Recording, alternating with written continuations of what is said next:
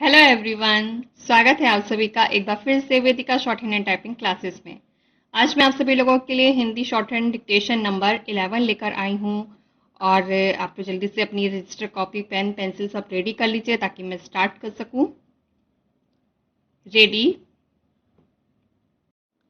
कृषि कानून विरोधी आंदोलन के 7 माह पूरे होने के बहाने प्रदर्शनकारियों ने राजभवनों को घेरने का जो अभियान चलाया वह एक दो जगह छोड़कर नाकाम और निष्प्रभावी रहा। तो इसी कारण कि वह अपनी धार खोने के साथ अपने उद्देश्य से भी भटक चुका है। आंदोलनकारी ले देकर चंडीगढ़ और दिल्ली में ही थोड़ी बहुत हलचल पैदा कर सके और वह भी हंगामे के सहारे। इससे साफ हो गया कि आम किसानों का इस आंदोलन से कोई लेना देना नहीं। लेना देना हो भी क्यों, उनकी फसलों की रिकॉर्ड खरीद हुई और पैसा सीधे उनके खातों में पहुंचा।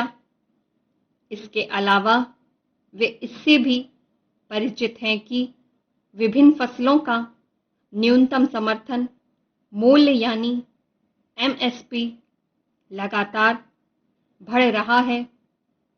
किसान नेताओं के इस आरोप में कोई दम नहीं कि मोदी सरकार एमएसपी खत्म करने जा रही है। यह बेसिर पैर का आरोप है और इसे केवल किसानों को बहकाने के लिए उछाला जा रहा है। किसान संगठनों के साथ इस आरोप को उछालने का काम कुछ विपक्षी दल भी कर रहे हैं। वास्तव में अब इस अंदेशे की पुष्टि हो चुकी है कि विपक्षी दल किसान संगठनों को उकसा रहे हैं।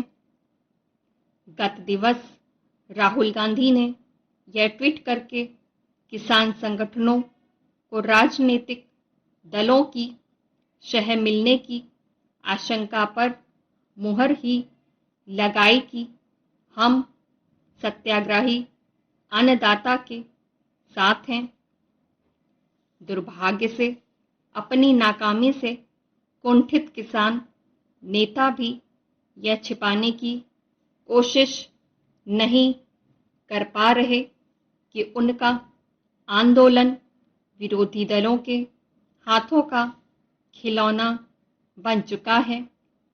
उन्होंने पहले बंगाल विधानसभा चुनावों में ममता बनर्जी के पक्ष में माहौल बनाया और अब यह कह रहे हैं कि उत्तर प्रदेश विधानसभा चुनावों में भाजपा को सबक सिखाएंगे। वे इस मुगालते में हैं कि बंगाल में भाजपा की पराजय उनके कारण हुई। वे इस मुगालते में बने रहें, लेकिन कम से कम यह तो देखें कि आम किसान किस तरह उनसे छिटक गया है। उन्हें यह भी एहसास होना चाहिए कि तीनों कृषि कानूनों को खत्म करने की मांग मनमानेपन के अलावा और कुछ नहीं। यदि किसी संगठन समूह के कहने से संसद से पारित कानून खत्म होने लगे तो फिर किसी कानून की खैर नहीं।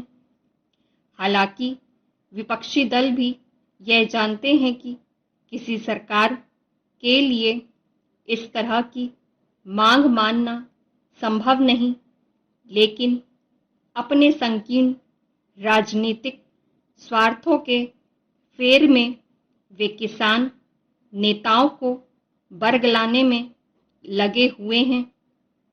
चूंकि विपक्षी दलों का मकसद इस या उस बहाने सरकार को घेरना है, इसलिए वे सतही मसले उछालते रहते हैं।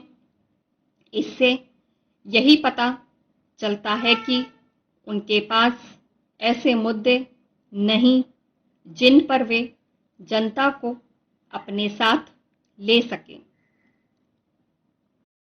आज जो मैंने डिक्टेशन दी है उसकी इमेज मैंने फुल एंड हाफ दोनों तरीके से डिस्प्ले कर दी है। आप लोग वहां से देख के अपनी गलतियां छांट लीजिएगा, उनको अच्छे से प्रैक्टिस कर लीजिएगा।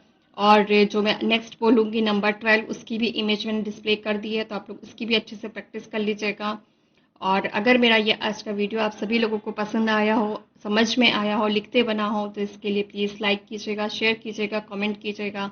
और जितने भी लोग मेरे चैनल पे नए हैं उनसे मेरी रिक्वेस्ट है कि प्लीज़ मेरे चैनल को सब्सक्राइब कीजिएगा, बेल आइकन पे जाके क्लिक कीजिएगा, उसमें ऑल पे क्लिक कीजिएगा, तभी मेरी वीडियोस की हर नोटिफिकेशन आपको टाइम टू टाइम मिलती रहेंगी।